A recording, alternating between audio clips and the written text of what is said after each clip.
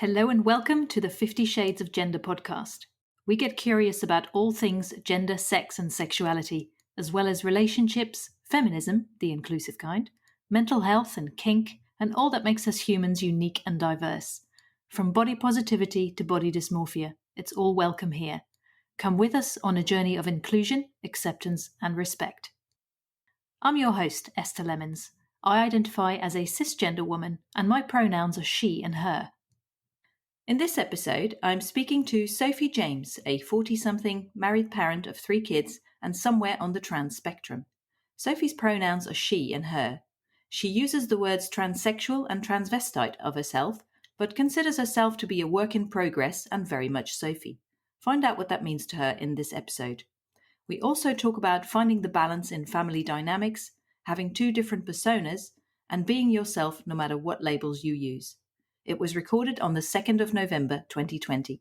Now let's get into the episode. Hello and welcome. What's your name? Hi, my name is Sophie. It's very nice to speak to you. You too, yeah. So, Sophie, how do you identify? I identify mostly as female, but for most of my life, in fact, male. Right. So, what does it mean to you to identify as female? To me, I believe I'm actually transsexual, but Okay. as of the moment, it's kind of impossible to continue further on my journey. For years, I've been a cross-dresser, a transvestite, but it's always been more. It's always needed more. It's it's very difficult even for me to understand. I've spoken to my wife and my doctor about it, and my doctor is absolutely no problems at all, very open to the idea. My wife, however, is a different story. Right. Being that I have 3 children, I have to spend most of my life as male. I look after my kids. I do the trusty husband thing, which I adore. It's my life. I can't change anything about that.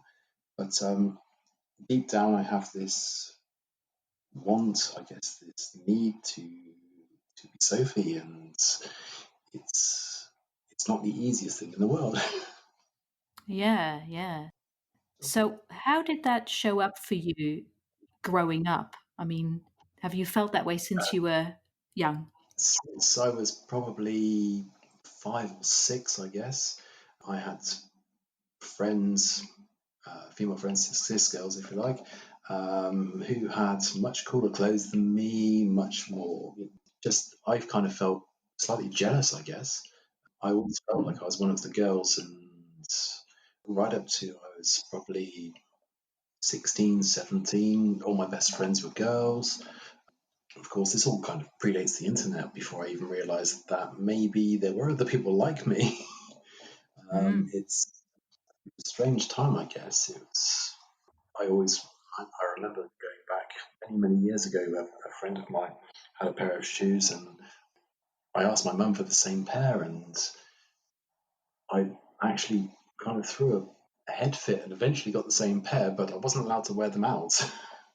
Right. um, it was, so I guess, yeah, I mean, I've had girlfriends and I got married, and it's all worked out perfectly, but at the end of the day, it's still not quite my life. I'm still not living the full me. So, how did it go when you eventually told your wife? I mean, what made you tell her? What was the deciding factor? I have suffered with anxiety and depression for a few years, should we say, and last year it all became too much, and I spoke to my better half, and I basically said I believed that my transvestism, cross-dresserism, whatever, is much more than that. I believe that I actually am somewhere in me female. It's Hmm. it's a small part of me. It's a big part of me. I'm not sure, but at the moment, I don't really feel that the transvestite, the cross-dresser, really kind of suits me. I'd like to go further, but I can't at the moment. It's kind of impossible. If I did, then already my wife, she said to me that as far as we're concerned, our relationship is over. She's not a lesbian. She doesn't fancy girls. Mm. And, it's a difficult situation. So I'd rather, because I love my wife deeply, I would rather live a part life and have my wife and kids, which means so much to me, than lose everything. Wow. Deep, I know, but Yeah, and it must be so tough to have to choose, I suppose. Yeah. I'm not necessarily choosing, but Right. I managed to find a nice balance where I've made some great friends. I go out with them, and I've got a great friend who I go and see regularly. So I get my one night a week at Sophie, and occasionally the odd weekends, occasionally the odd trip back to wherever, a little holiday. And for me at the moment, that's enough to just keep me slightly sane. Hmm.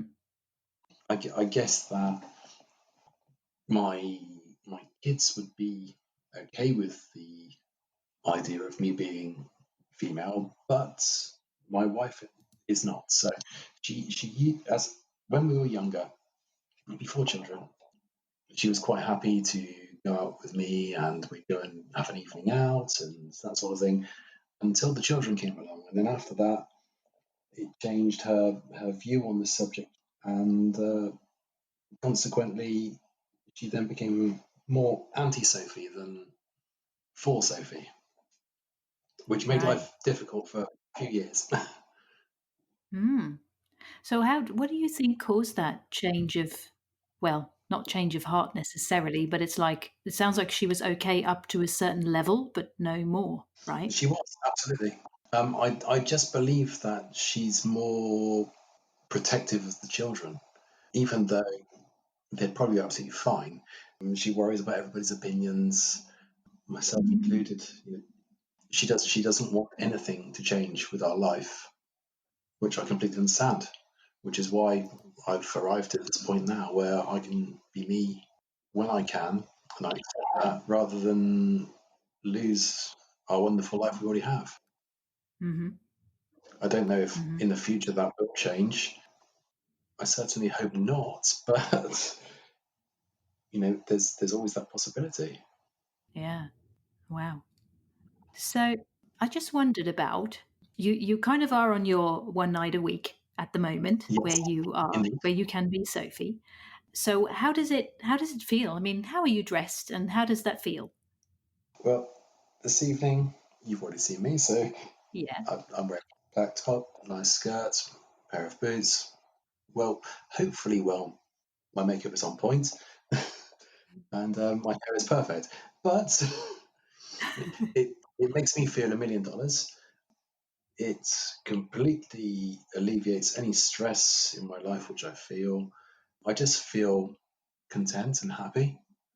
I just feel complete. Mm, that's beautiful. I love that. So you mentioned your kids don't know about your identity, I suppose. And no, Do you think you might one day tell them? What are you thinking about that? I've considered telling the children many times. My Mm. wife has constantly said no. She knows that my daughter, in fact, who's 14, she's a massive fan of drag, cross dressing, you name it, makeup, she's there. She's constantly asking me to maybe take her to drag con and that kind of thing. It's my see, my friend has just wrote a little note saying how my daughter is constantly asking me to put on makeup, and she's quite often painting my toes. Really? Well, How funny. she's a super little 14-year-old. She's absolutely fantastic. She's Hmm. always been very protective of anybody who's slightly different. For instance, I'm going off a tangent, but one day there was a trans woman who was at a market, and my mother-in-law just happened to say, "Oh, look at him. He's dressed like that. Oh my word, blah blah blah." My Hmm. daughter went, "Nan, you can't say that. It's her." And I was completely and utterly astonished and so proud. And Wow. I actually took her aside and said to her, "Darling, that was amazing that you called your nan on that, and you are such an amazing individual." And she said, "Well, Dad, I have no choice."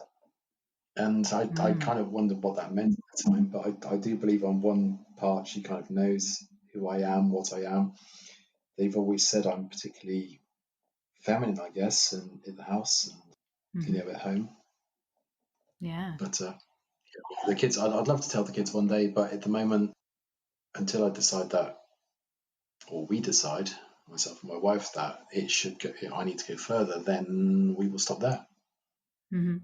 Yeah. And how old are your other kids? My other kids, my son is 17, and my little one is 6. Oh, He's an absolute yeah. diamond. Well, both of them are, Yeah. and no, they're fantastic kids. They are very well-rounded individuals, and we've always said to them, if you have any problems, any issues, please come to mum and dad, and we'll do our best to help out. We like Mm. to think we're kind of a little bit open. Yeah. In an ideal situation, what would your life look like? In an ideal situation, oh, I would love to run some kind of accommodation or some kind of business which welcomes girls or guys who want to be girls, come and have a bit of time just being themselves. It's always been a Mm. bit of a dream of mine, kind of running some kind of, whether it be a weekend away or an evening away or just something like that would be wonderful for me. Something that I could be Mm. myself, and then just to speak to other people as well. I find people so interesting from all different walks of life and backgrounds and stuff like that. It's I think that'd be fantastic. Mm. Somewhere I could be myself, and in it, I guess, really, in my ideal world, I could be myself around my wife and my children all the time, Mm. and whether it means that I transition completely or whether it means that I'm just 50-50 or even 60-40, that would Mm. be amazing. Yeah. Yeah. So, what label? I mean, I know we talked at the beginning a little bit about how you identify, and you mentioned the words there was transsexual and crossdresser and transvestite, I Yes. suppose. So, are they all? Yep. I mean, they're like names for things that you consider yourself to be, perhaps. I don't know. Do those labels resonate with you? Do they feel like you, or is there something else? I am basically me. I I don't really like labels. That's the thing. I Mm. believe that it's it's it's too difficult because if you say you're trans, then you have to be trans. You have to be 100%. If you're a transvestite, then it's just they're old words. That it's just an old way of pigeonholing people. And I Mm. think really the best thing is you are you, and you can't be anybody else. Yeah.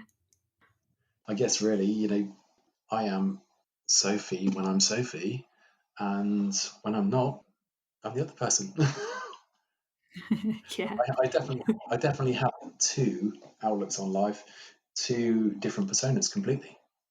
One of the reasons I ask that is because in the title of the podcast, I usually include the name and like the labels of the identity labels, I guess, about how people Okay. identify. And I mean, which ones would you be happy for me to include? Like all the ones you mentioned? Uh, Or, why not? You can include I am me. I am Sophie, and I am trans, and I guess I don't know anything else you prefer to. It's I'm not against being put into any kind of pigeonhole. It's just I just feel that pigeonholes don't really suit me because No, of course not. That's the thing with labels, isn't it? They're all like, I mean, they can be useful for communication, but they can also be putting you in a box, which is obviously not ideal. If you feel like, do you feel like you're pretty much female, or you were meant to be female, or I believe so. Yes, yeah, I I've arrived at that point where do I believe I know I'm not female because you know I have all the other attributes which prove that I'm not. I feel definitely part female, yeah, without a doubt. It's a very difficult scale, if you like, mm, to be 100% female. I could probably never be, but to be myself, who I believe when I am in my female guise, I feel as female as anybody else.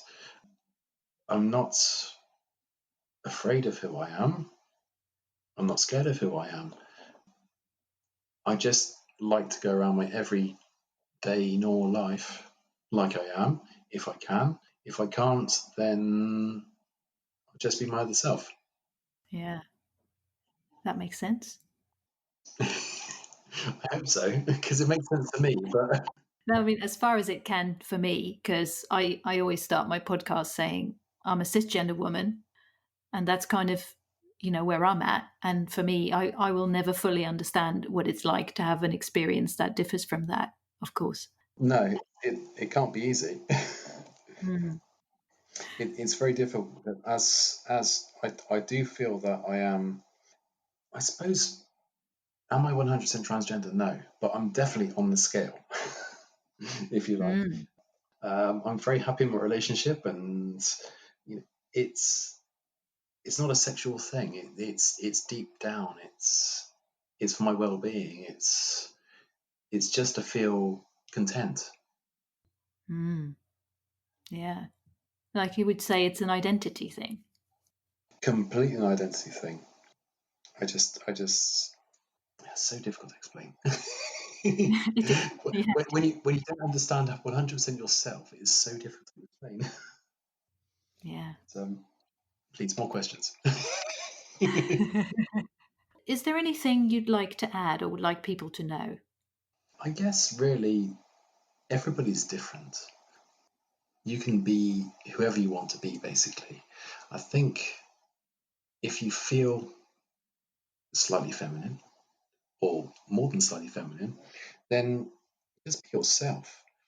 There's no reason why you can't be the married man with a few kids who feels very comfortable spending time in a female role. There's no Mm. reason why you have to feel that that's wrong. There's no reason why you can't do that. There's no reason why you can't be further or not quite as far along. There's no real rules about, I guess, transgenderism. I believe that I am trans, and okay, so I may not be 100% there, but maybe I never will be. Maybe I'm just Mm. myself, and I'll find my own little natural way of life. And there's nothing wrong with that. I think everybody should find their happiness. And as far as I'm concerned, I believe it's better to be happy in yourself than be pushed into any kind of situation that you don't feel happy. Mm. I've had appointments with my doctor, and I've got an appointment reserved for a psychiatrist, and I've put my appointment off to the psychiatrist because I wouldn't like a psychiatrist just to agree with the fact that you like dressing as a woman, hence you are a woman, hence you need to transition. Mm. It's not as simple as that. there's so many things to consider. Mm-hmm. That's so fascinating because, in a way, you found a balance. It sounds like I hope um, so. it sounds like you found a balance between being who you are and being maybe more of who you are, but also your life being in balance with your family and what your partner needs, and it's I like would it's part of the journey, I suppose, because you say you don't know where it's going to go. It might change. You maybe don't know how long you don't know how long you're going to be happy perhaps in the arrangement that you've got at the moment, but at the moment it suits you basically. Is that what yeah, you're saying? exactly. That's exactly what I'm saying. It suits me and it suits my partner and it suits my children, and that's the most important thing. As the children grow up, it's getting more and more difficult to explain where I'm going and what I'm doing. Sometimes my kids ask, "Can we come along?" And I have to say, "No, it's not possible." But who knows? I mean, maybe one of these days I can take my kids along with me, and who knows? But I feel that we're very far away from that. Hmm. Yeah, It's a difficult situation, but I've made the best of it, and that's the important thing. absolutely. Yeah, I love that. I think that's a beautiful way to wrap it up, really. Is there anything else you'd like to add? Or are you happy with that as it is? I'm absolutely happy with that. Thank you so much for taking Yeah, some time to speak with me and talk about another possible way of life. And yeah. it's been an absolute pleasure. Thank you. Oh, thank you so much for talking to me about all this. That's really great. You can find out more details on the website at 50shadesofgender.com/Sophie, where you can also read the transcript. Thank you for listening to the 50 Shades of Gender podcast. You can find us online at 50shadesofgender.com and on social media. If you'd like to support us, please consider becoming a patron on Patreon. Plans start from only $1 a month. Visit patreon.com/50 Shades of Gender for more details. We hope you will listen again. Until then, stay curious and open minded.